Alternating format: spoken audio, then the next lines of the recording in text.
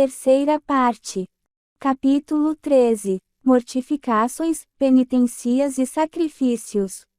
A obra de Pedro prosseguia lentamente. O hospital, além do convento e da igreja, tudo ia tomando forma e a fama de Pedro ultrapassava os limites da cidade. Homens, mulheres e crianças acorriam de toda parte, alguns para ajudá-lo ou simplesmente pedir sua bênção, outros, afligidos por graves problemas, para pedir conselho e ajuda material. Aqueles que vinham de longe ou que eram muito pobres dava hospitalidade e alimento. Certo dia, vieram tantos que não era possível contê-los no espaço limitado de que dispunham. Um dos irmãos terciários observou-lhe que havia gente demais, sendo que muitos pareciam vagabundos que queriam se aproveitar dele. O irmão Pedro, com grande humildade, respondeu a essa observação: "Irmão, eu sou o vagabundo, estes, ao contrário, são os pobres de Jesus Cristo." Por sua grande humildade, observava as virtudes da temperança e da fortaleza, era muito frugal na alimentação, que consistia em ervas, pão e água. Para mortificar-se, preparava uma sopa de água fervente e aloés, que é muito amarga, e a tomava com as sobras do pão que dava aos pobres, sobras quase sempre duras e velhas. Uma vez em que tinham se reunido todos os terciários que o ajudavam na obra, vendo-o um pouco distraído, perguntaram-lhe em que estava pensando. "Estou pensando", respondeu-lhes, "que me sentiria muito feliz se, montado num asno, com o pregoeiro ao lado e ao som de uma trombeta, passasse pela praça, dando-me chicotadas por amor de Deus." Durante a Quaresma, procurava obter fel de cordeiro e, como Jesus na cruz, bebia água com fel e vinagre. Certa vez, quando vários irmãos o olhavam maravilhados enquanto tomava essa bebida, disse-lhes: "Meus irmãos, quando Cristo, nosso Redentor, estava em agonia na cruz, bebeu assim pela saúde do gênero humano e eu, agora, quero fazer a mesma coisa." Imediatamente depois, tomou entre suas mãos um copo cheio dessa mistura de fel e vinagre e a bebeu até a última gota. Um dia em que estava um pouco fraco de saúde, o religioso que o tratava preparou-lhe uma sopa saborosa que sabia que lhe agradava muito, mas ele, sempre no desejo de sacrifício, disse que estava muito quente e pediu que adicionasse água fria e isso somente para que, diluída, perdesse aquele sabor gostoso que lhe agradava. O chocolate, bebida originária das terras da América e muito popular na Guatemala, era de seu agrado, mas só o bebia quando sobrava daquele que levava aos doentes e convalescentes. O prato que usava era a carcaça de uma tartaruga. Além de ser tão frugal na dieta, todas as semanas jejuava por 4 dias, durante os quais só tomava água e pão preto. No período da Quaresma, seu jejum era absoluto, só tomava água. Uma pessoa que tinha muita familiaridade com ele e estava acostumada a passar dias inteiros na sua companhia testemunhou que nunca o viu fazer uma refeição completa. Calcula-se que, dos 365 dias do ano, ele jejuasse em 300. Num sábado santo, uma senhora lhe perguntou quando tinha começado o jejum e Pedro lhe respondeu que fora na segunda-feira. A senhora ficou muito surpresa porque, de acordo com o que relatou em seguida, o rosto e o aspecto geral de Pedro eram bons como se naqueles dias tivesse comido muito bem. Sua extrema pobreza e seu desinteresse se refletiam claramente em seu vestuário. Usava unicamente o hábito da Ordem Terceira de Penitência de São Francisco que, além de ser velho e gasto, era do tecido mais grosso que se podia encontrar. Fora isso, ele mesmo remendava quando era preciso. Certa vez, um habitante da cidade se comoveu e o presenteou com um novo, mas Pedro, pelo seu espírito de humildade, preferiu trocá-lo com outro irmão que tinha um velho, para não mostrar um hábito novo que poderia lhe ser motivo de vaidade. Seu vestuário íntimo era ainda mais pobre e grosseiro. O tecido era aquela lona áspera com a qual os indígenas faziam sacos para carregar as espigas de milho. Sua camisa, quando a usava, era de pano grosso, não calçava sapatos, mas sandálias de couro, iguais àquelas dos indígenas, e isso quando lhe davam de esmola. Dormia muito pouco porque assistia aos enfermos quando necessário ou passava a noite em oração. Quando trabalhava e morava com o tenente Armengol, junto ao qual teve sua primeira residência e seu primeiro emprego na Guatemala, tinha permissão do dono da casa para sair uma noite e percorrer a Via Sacra. Vestido com uma túnica de nazareno e levando uma cruz de madeira, transcorria todo o tempo que vai do pôr do sol até depois da meia-noite, recitando em cada esquina a estação correspondente. Às vezes, fazia o percurso de joelhos. A história conta que, numa dessas noites, foi avistado por um cidadão que voltava para casa. Tratava-se de uma pessoa de caráter bastante incrédulo que, encontrando-se inesperadamente diante de uma sombra negra que estava ofegante, pensou que fosse um touro enfurecido. Sacou a espada para matá-lo, mas um súbito clarão lhe revelou um nazareno com uma cruz sobre os ombros. Ficou petrificado, acreditando ser uma aparição sobrenatural, devido à sua conduta licenciosa, e imediatamente fugiu para uma casa nas proximidades, onde lhe explicaram que se tratava de um jovem chegado havia pouco tempo da Espanha e que fazia penitência. Contudo, o homem se impressionou muito e isto o fez mudar de vida. Muitas vezes, durante esses percursos, Pedro também era atacado por cães raivosos e por gente mal intencionada, que ele acalmava traçando o sinal da cruz. Quando se construiu a casa que abrigou o primeiro hospital, fez escavar um buraco na parede exterior da enfermaria, cujo espaço tinha apenas 5 pés de largura, e ali fez um refúgio para dormir. Era tão estreito que parecia um compartimento para guardar ferramentas. O pedreiro que o fez, pensando que fosse uma reentrância para pendurar roupas, pediu um dia permissão para colocar ali sua capa e chapéu. O chão era de pedra, aí dormia Pedro. Pendurava num prego uma pequena lâmpada ou uma candeia para enxergar de noite e se ajoelhava sobre o pavimento de pedra para rezar. Como o espaço era muito reduzido e baixo, a posição mais cômoda era a de ajoelhado porque deitado não ficava bem. Para dormir nessa posição colocava sobre o solo uma forquilha de madeira sobre a qual se apoiava. Quando não dormia nesse vão, deitava sobre uma cruz de madeira que tinha feito construir, imitando Cristo crucificado. Em outros casos, estendia sobre o pavimento uma esteira de palha, que os indígenas faziam e usavam para dormir, e como travesseiro usava um pedaço de madeira. Não contente com todos esses sacrifícios, aplicava-se a outras penitências. Num pequeno quarto, que ele chamava seu arsenal, encontravam-se os cilícios com os quais se mortificava e as cruzes pesadas que amava carregar sobre os ombros. Num livrinho de notas que levava consigo e que foi encontrado depois de sua morte, há um parágrafo que diz o seguinte: em honra da paixão de meu Redentor Jesus Cristo, Deus me dê a força, devo infligir-me 5.000 e mais chicotadas, desde hoje, dia da Páscoa do Espírito Santo, 24 de maio de 1654, até Sexta-feira Santa, recitando durante esse tempo 5.000 e mais credo. Toda sexta-feira, fazia a Via Crucis, carregando uma cruz de 15 pés de comprimento. Encontrou-se também esta outra anotação de seu punho: todas as sextas-feiras ao Calvário com a cruz e, se não puder, em penitência, 1 hora de joelhos com a cruz sobre os ombros. Comungava 3 vezes por semana, já que naquele tempo a igreja ainda não permitia a comunhão diária. Mas durante o último ano de sua vida, tendo obtido a permissão e em consequência do conselho de seu confessor, Padre Lobo, comungou todo dia.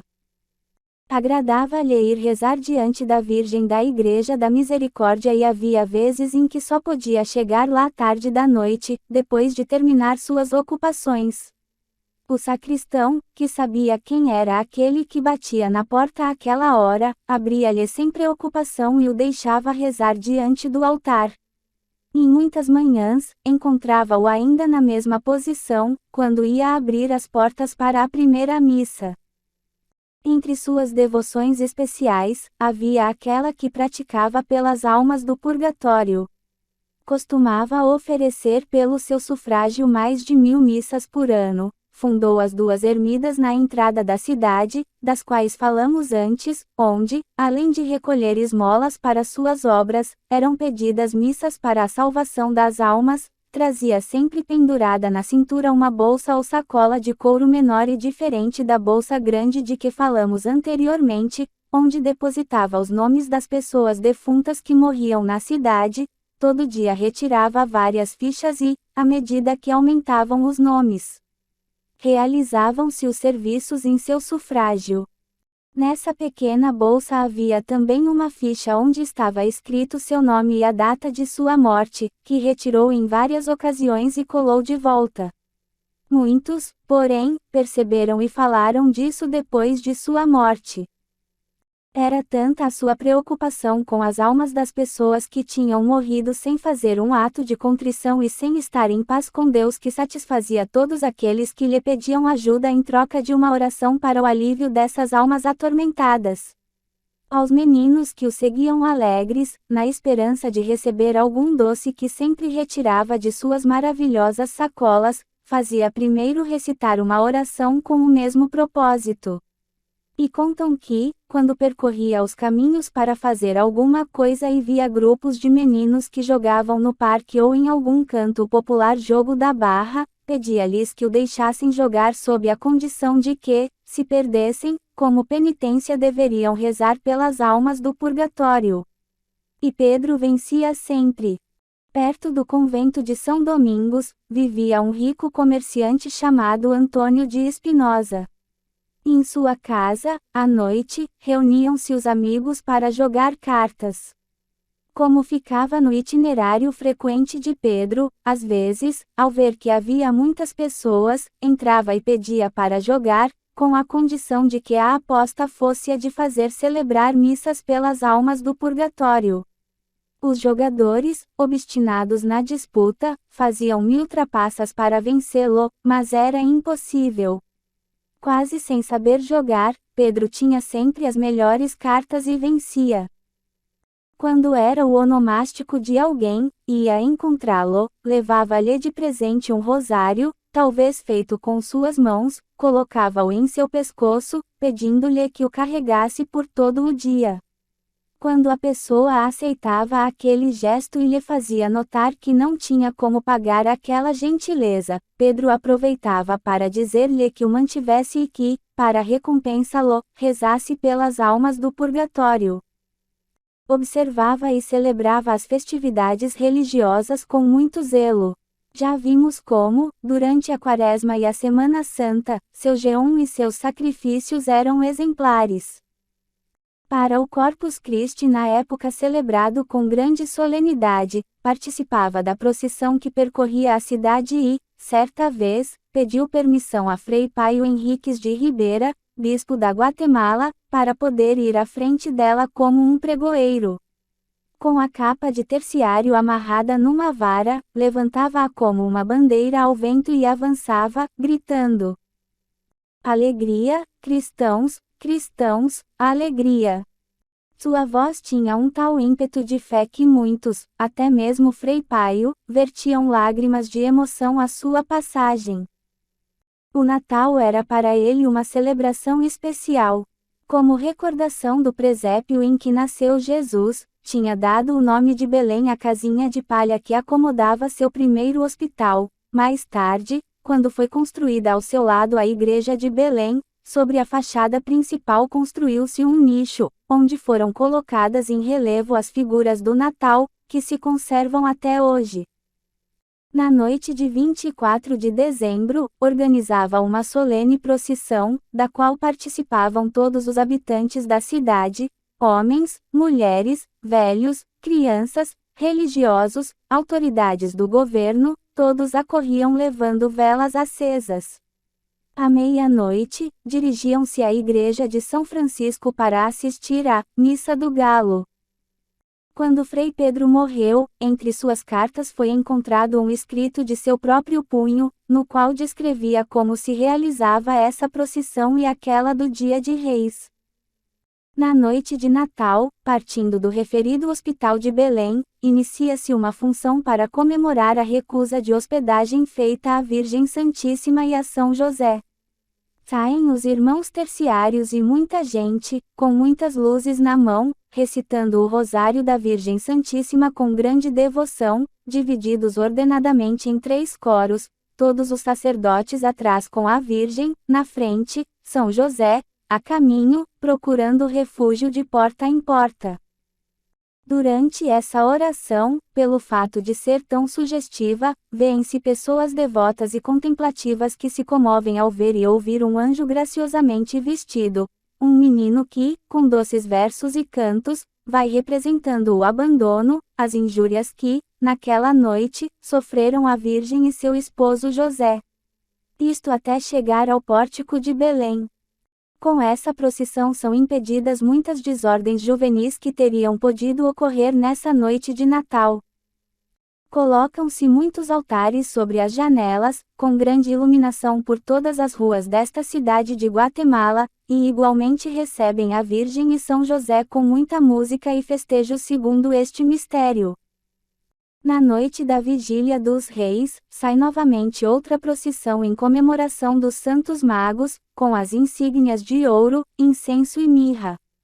Parte de outro bairro mais desenvolvido, com a recitação do Rosário da Virgem Santíssima, e se dirige para Belém, sob o sinal de uma estrela luminosa muito grande, construída com muita criatividade e que é levantada e colocada entre as nuvens.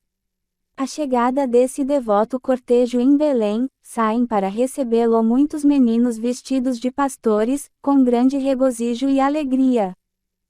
É preciso mencionar aqui que, com suas práticas religiosas, Pedro introduziu na Guatemala, e provavelmente no Novo Mundo, o uso de preparar presépios, com figuras e pastores simulados em recordação do nascimento de Cristo. Esta prática foi inventada originalmente por São Francisco de Assis e se observava em alguns países da Europa, mas não parece que fosse feita na América. O fato de atribuir o nome de Belém ao seu hospital e considerando que o capitão Dom Antônio de Montúfar, importante personagem da cidade e grande pintor da época, o tivesse presenteado com um quadro do nascimento de Jesus para colocá-lo em seu oratório, foram sinais que inspiraram Pedro a imitar o costume de São Francisco e a fazer com suas mãos, usando imagens pequenas, o primeiro presépio. Este costume, profundamente enraizado no povo centro-americano, pois não existe casa em que não se faça presépio, foi pouco a pouco desenvolvendo uma pequena indústria a nível familiar, muito florescente no período natalício, aquela dos bonecos, pastores, casebres, animais, serragem colorida, enfeites etc., que reproduzem roupas, figuras e paisagens da região, e que constituem a alegria dos pequenos e grandes naquela festividade. Esse é, portanto, outro costume religioso tradicional, muito popular, que a Guatemala e a América Central, e talvez o Novo Mundo, devem a Frei Pedro de Betancur. À noite, quando não havia ninguém a quem assistir em particular e depois de ter deixado tudo em ordem no seu hospital para convalescentes, percorria as ruas da cidade adormecida, levando na mão esquerda uma lâmpada ou candeia com gás para ter luz, e na direita uma sineta de bronze. Quando chegava na esquina, interrompia seu passo, sacudia a sineta e seus toques sonoros eram ouvidos por toda a cidade. Depois, com sua voz doce, tocava o coração de todos os habitantes, dizendo: Acordaos, hermanos, que a alma tenemos y si la perdemos, no la recobramos. Lembrai-vos, irmãos, que uma alma temos. E, se a perdemos, não a recobraremos. Quem, então, não se sentiria comovido? Quem podia permanecer indiferente ouvindo aquela voz magnética com sua profunda mensagem? Não há dúvida de que os habitantes da Guatemala, repousando no interior do próprio lar na tranquilidade noturna, meditavam nessas palavras e associavam as notas vibrantes da sineta de bronze à figura franciscana de Pedro de São José de Betâncor, que os chamava para serem homens melhores.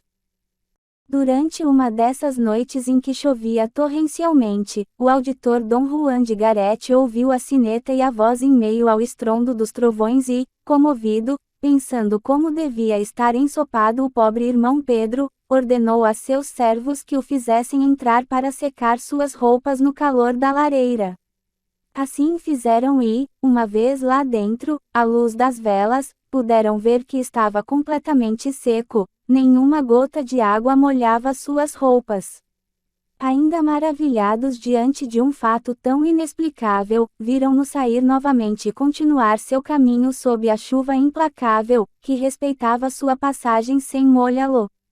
Deviam ser naturalmente porque há de tudo na vinha do Senhor pessoas que duvidavam dele e ridicularizavam suas virtudes de fé e humildade.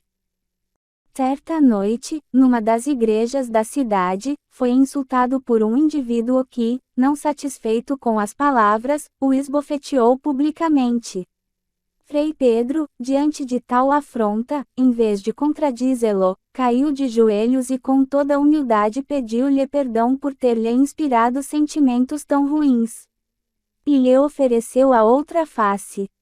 A história conta que em pouco tempo esse homem teve paralisado o braço direito, ou seja, aquele com o qual havia esbofeteado Pedro e que lhe secou mão, como comumente diz o povo sobre quem levanta a mão contra seus próprios superiores. Ocorreu-lhe também uma série de incidentes até que morreu entre graves dores, assistido, porém, afetuosamente por Frei Pedro. Havia outros que também não estavam de acordo com os ensinamentos e sermões de Pedro, especialmente homens aos quais, às vezes indiretamente, impedia uma aventura amorosa ou jogos de azar que teriam levado ruína e desonra às suas famílias. Certa vez, algumas pessoas o esperaram, escondidas na obscuridade e, quando Pedro passou, atacaram-no brutalmente, insultaram-no, dizendo que era um hipócrita, vagabundo e perturbador da quietude noturna. Várias vezes puseram suas mãos para cima e o espancaram com paus, deixando-o gravemente ferido. Outras vezes, depois de espancá-lo, amarravam suas mãos nas costas e o deixavam jogado na rua. Mas tudo isso não o fazia desistir, ao contrário, sua fé inabalável o tornava mais tenaz e, na sua imensa bondade, perdoava e rezava publicamente por todos os que o haviam ofendido. O capitão Isidoro de Cepeda quis fazer-lhe uma brincadeira maldosa para colocar à prova sua tenacidade e, numa ocasião em que Pedro lhe pediu uma esmola para suas obras, disse-lhe: "Far-te-ei uma grande esmola, mas deverás ganhá-la usando este manto vermelho que tenho aqui e caminhando com ele até a praça." O manto que o capitão usava era da cor vermelha mais viva e brilhante, tão vistoso e resplandecente sob os raios do sol que ninguém podia deixar de notá-lo. Esse manto sobre o hábito gasto de Frei Pedro era extremamente contrastante. Mas ele não hesitou um instante sequer, envolveu-se na capa e chegou até a praça, em meio aos risos, comentários e piadas dos passantes. O capitão Cepeda pagou de boa vontade e abundantemente a esmola oferecida. Havia um sacerdote dominicano, o padre Francisco Guevara, que tinha ouvido falar muito do irmão Pedro e da sua humildade, mas colocava em dúvida seus atos.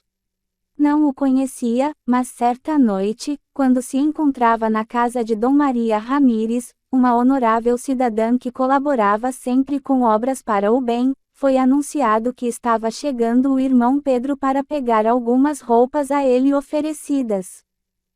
E Eis a ocasião, pensou o padre Guevara, agora veremos se é verdade o que dizem desse fradinho. Pedro entrou e saudou respeitosamente o sacerdote, que lhe respondeu bruscamente, apenas com um grunhido seco. Dom Maria lhe deu a roupa e, quando já estava para sair, o sacerdote, que ficara observando a cena toda sem dizer uma palavra, ordenou-lhe que se sentasse. Frei Pedro, por respeito, nunca se sentava diante de um sacerdote. O padre Guevara, percebendo a hesitação, quase lhe gritou: Não me agradam esses hipócritas e mentirosos enganadores. Sente-se ali, mentiroso, e ouçamos o que tem para me dizer. Frei Pedro se apoiou na bancada de uma janela e se sentou. Escute-me, hipócrita preguiçoso. Não seria melhor se o senhor trabalhasse e ganhasse o que comer sem ir pedir esmolas aos pobres? Até agora não apareceu quem lhe tenha dito o mal que faz e o desmascare pela sua preguiça. Pedro, com os olhos baixos, escutava em silêncio. Responda, hipócrita preguiçoso, se tem algo para me dizer. O senhor disse bem, sou um hipócrita, enganador. Porque perturba a cidade, acordando à noite os habitantes que dormem tranquilamente com aquela sineta que soa como a morte e com suas exclamações e rezas em alta voz que parecem latidos de cão. Lágrimas de dor rolavam sobre as faces de Pedro que, levantando os olhos na direção daquele que o insultava, disse: Oh, disse bem, meu padre, e como me reconheceu, pois é isso que sou, um cão e nada mais. O sacerdote não pôde continuar, levantou-se para abraçá-lo e pedir-lhe perdão e, derramando, ele também, lágrimas de emoção, disse-lhe: Saiba, Frei Pedro, que de hoje em diante somos amigos e irmãos.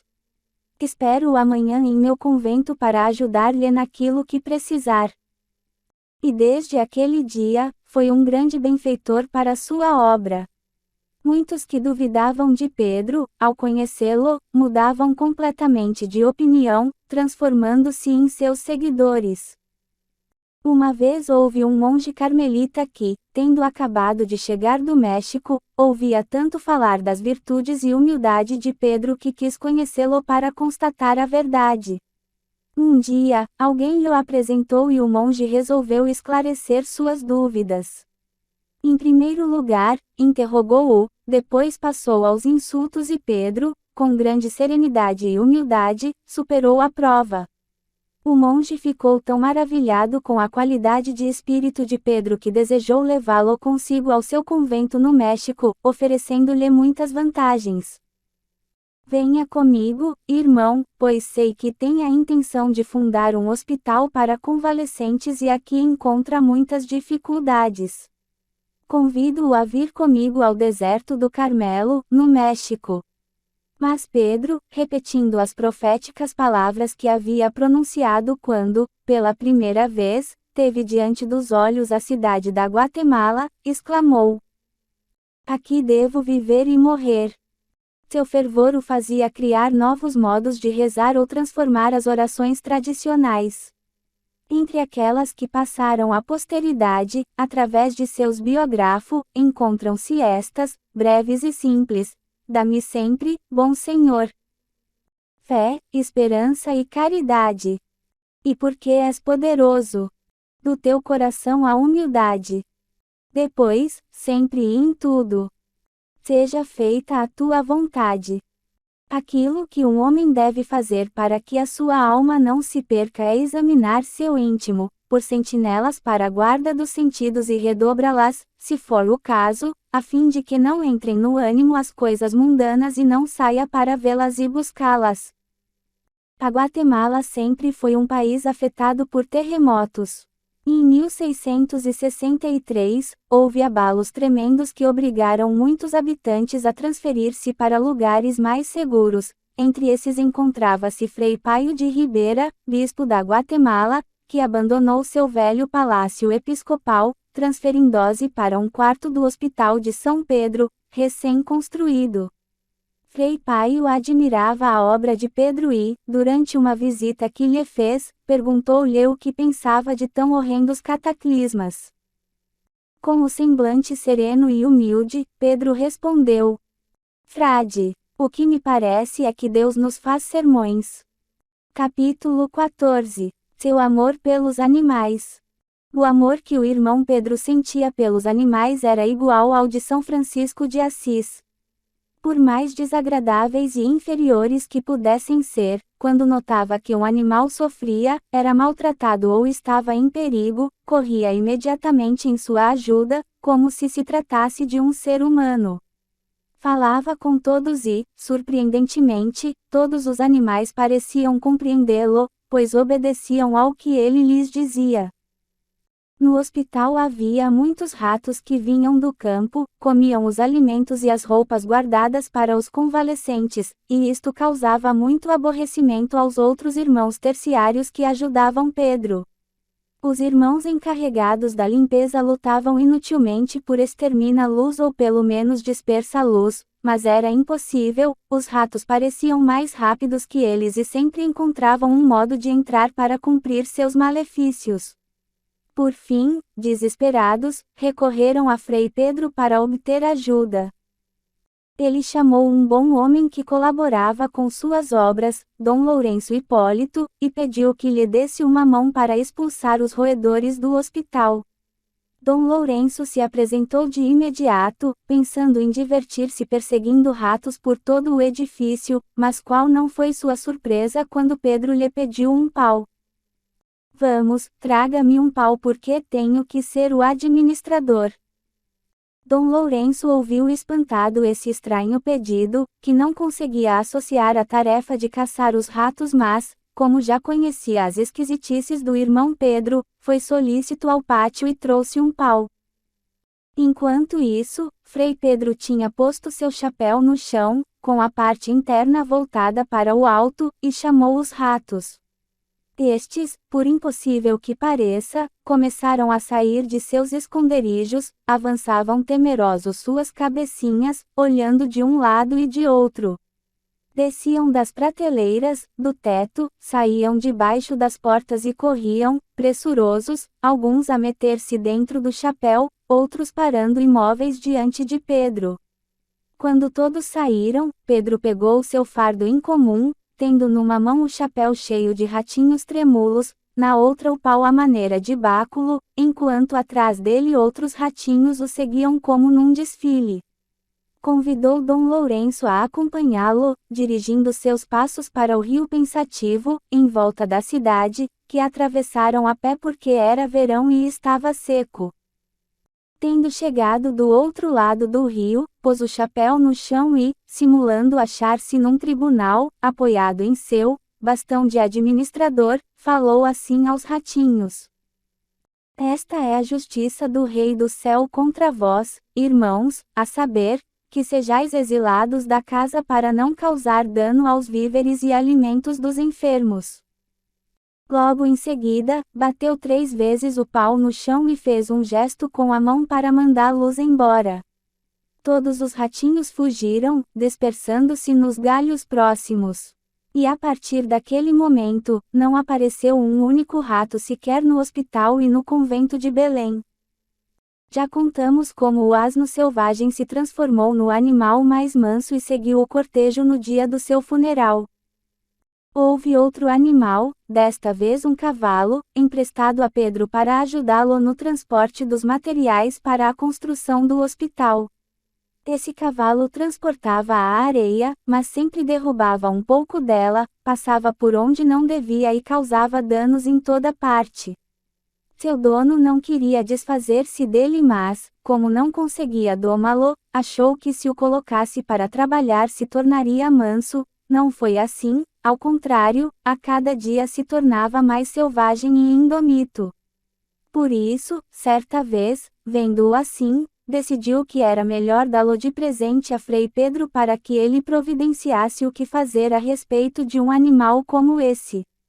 Assim aconteceu, mas qual não foi a surpresa de todos, mesmo a de Pedro, quando, no mesmo momento em que se tornou propriedade sua, aquele cavalo selvagem se transformou num animal manso e obediente, tornando-se um magnífico colaborador que transportava sacos de areia e pedra, sem deixar cair nada e sem nunca se cansar. Perto da Capela do Calvário, estendia-se um vasto campo onde, no domingo, as pessoas costumavam se reunir para gozar do ar fresco e puro. Certa manhã, passou por ali um touro enfurecido e alguém resolveu enfrentá-lo como se fosse um toureiro. O touro corria de um lado para o outro e por toda parte chifrava um novo toureiro. O povo se divertia e gritava de júbilo pelo espetáculo improvisado, sem dar-se conta do perigo que corria porque o animal se enfurecia cada vez mais. Naquela manhã, Pedro devia se dirigir ao Calvário. Caminhava pela estrada quando, inesperadamente, viu que vinha de longe um animal enfurecido que, tendo conseguido quebrar o cerco de seus numerosos toureiros, corria, cego de raiva, em direção daquela figura em movimento. As pessoas de longe gritavam para adverti-lo do perigo, mas Pedro, sem assustar-se, parou no meio da estrada e esperou o animal. Quando estava próximo, disse: "Não venha aqui." O touro não deu um passo. Ele se aproximou até tocá-lo com a mão e, dando-lhe um leve empurrão, mandou-o para o outro lado do campo, ao lugar de onde tinha escapado e no qual entrou lenta e suavemente, diante dos olhares atônitos das numerosas testemunhas que, mais tarde, contaram, maravilhados, esse fato extraordinário. Um dia, Pedro encontrou um grupo de meninos que tinham caçado uma aura, ou seja, a fêmea do abutre americano, uma ave de rapina, portanto, e a estavam maltratando antes de matá-la.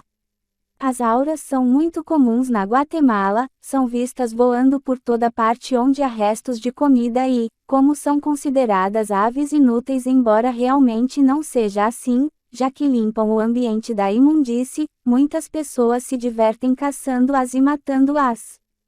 Naquela manhã, tinha saído para visitar os hospitais quando viu aquele grupo de meninos e ouviu grasnar o pássaro prestes a morrer. Seu sentimento de piedade dirigido a todos, mesmo a esse pássaro considerado imundo, impeliu-o a retirá-lo das mãos dos meninos e a levá-lo consigo para tratá-lo. O pássaro permaneceu muitos dias convalescente sobre o galho de uma árvore, no pátio posterior do hospital, onde, todos os dias, Pedro lhe dava alimento e água até que se curasse. Achou, então, que o pássaro iria embora, mas aconteceu o contrário. A aura, em sinal de gratidão, nunca mais se separou de Pedro, fez da árvore sua casa e se preocupava em manter limpas as vizinhanças do hospital. As crônicas contam que, quando Pedro morreu, o animal permaneceu na posse dos outros irmãos e que o frade Rodrigo da Cruz, seu sucessor, se lhe afeiçoou tanto que, quando foi ao Peru, levou-o consigo como companhia. Como São Francisco, Pedro amava particularmente os pássaros canoros.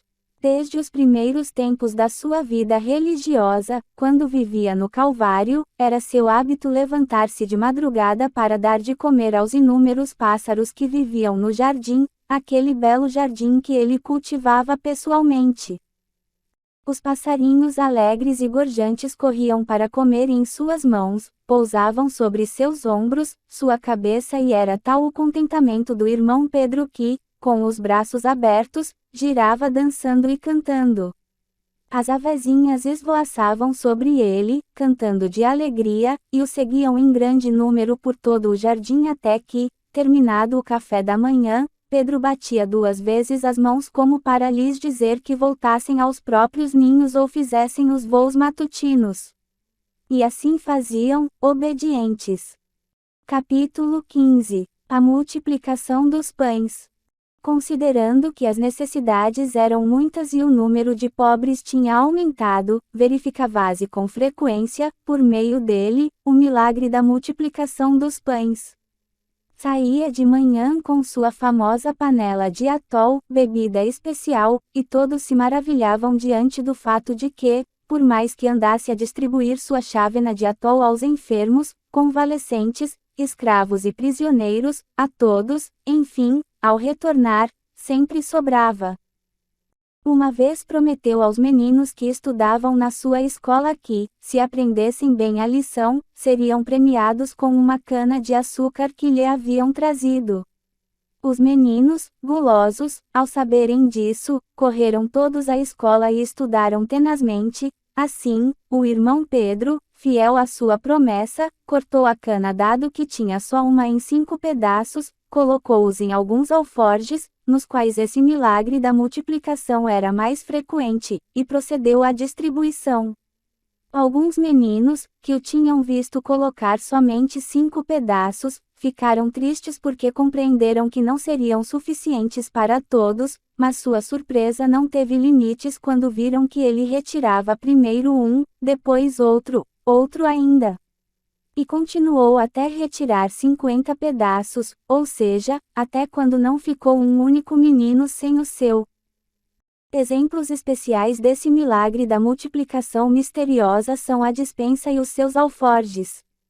Para alimentar seus pobres, pôs à disposição uma despensa de víveres e um guarda-roupa, que estavam sempre abastecidos de alimentos e roupas, ainda que na maior parte das vezes fossem ignorados os meios de que se servia para seus suprimentos abundantes. Recebia alguma coisa de esmola, certa ajuda da parte de gente rica, mas era voz geral que a origem fosse divina. Além disso, também distribuía ervas medicinais e outros preparados entre os doentes, coisas de que tinha uma boa provisão em seu hospital. Mantinha uma boa quantidade de roupas sempre brancas e limpas, que dava aos pacientes quando saíam dos hospitais e entravam no seu para a convalescença. Fazia isso dizendo que era para lhes dar a possibilidade de ter alguma coisa para se trocarem e encontrarem, assim, alívio no asseio. Muita gente o chamava para padrinho de batismo dos próprios filhos e era costume, então, que, depois da cerimônia, os pais homenageassem os padrinhos, os amigos e os parentes participantes com doces e outras delícias feitas em casa, especialmente doces do café da manhã. No momento da distribuição desses doces, Frei Pedro estendia seu manto no chão para que ali os colocassem não só os genitores, mas também os convidados que, sabendo que eram para os pobres e convalescentes, lhe davam de boa vontade. Em seguida, pegava o manto pelas abas e o carregava como um saco sobre os ombros, chegando muito feliz ao seu hospital para distribuir a carga doce, que era sempre suficientemente abundante para incluir os meninos da escola. Conta-se também que houve um menino, órfão de pai e mãe e sem outros parentes, que Frei Pedro levou para batizar, dando-lhe o nome de Inácio Antônio Bettencourt. A história nos relata que, no dia do batismo na catedral, o sacerdote que celebrava, vendo a alegria com que Pedro carregava o menino e reparando na igualdade do sobrenome, pensando que era seu parente, lhe disse: "Hoje o irmão Pedro se mostra muito feliz." Ouvindo isso, Pedro, que tinha um coração tão puro quanto nobre, para dissipar qualquer dúvida que pudesse passar pela mente do sacerdote, explicou-lhe a origem do menino, acrescentado: "Lembra-te que este deverá ser um bom sacerdote." Esta profecia se cumpriu, pois efetivamente o menino sentiu no seu coração, à medida que crescia, o chamado de Deus e tornou-se sacerdote, servindo na mesma catedral em que tinha sido batizado. Um dia, durante a festividade de São José, que era seu santo, chegou uma grande quantidade de gente ao seu hospital para cumprimentá-lo e felicitá-lo. Seus pobres, de modo especial, iam humildemente beijar-lhe o manto ou a extremidade do hábito e ele, manifestando a bondade e o amor do seu coração, quis festejar com todos mesmo que fosse apenas com um pedaço de pão. O pão que tinha era pouco para tanta gente, apenas alguns bolinhos daquele famoso pão adormecido, que ainda hoje fazem em Antígua e que lhe tinham levado de presente. Mesmo assim, colocou-o numa cesta que cobriu com uma toalha branca, alertando para que não o tirassem, mas que pegassem o pão necessário só através da borda. Durante o dia todo, a quem quer que chegasse era oferecido um pão delicioso, perfumado e tepido como se tivesse acabado de sair do forno. E a cesta permaneceu cheia como se não tivesse sido tirado um único pão.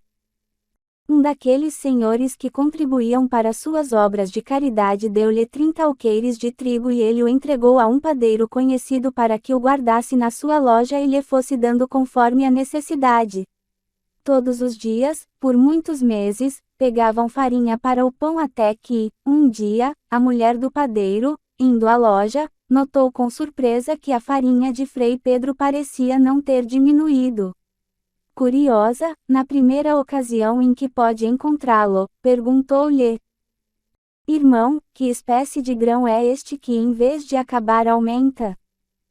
O irmão Pedro não quis dar nenhuma explicação, mas como ela, tomada pela curiosidade, insistisse ainda por 3 vezes, respondeu-lhe com estas palavras: Cala-te, não te intrometas nas coisas de Deus. Dom Miguel de Ocojo era um rico e incrédulo habitante da Guatemala. Tinha ouvido falar muito de Frei Pedro e de seus milagres e, para se certificar deles e querendo-lhe fazer uma piada de mau gosto, convidou-o para um café da manhã com vários amigos, que tinham sido avisados de suas intenções.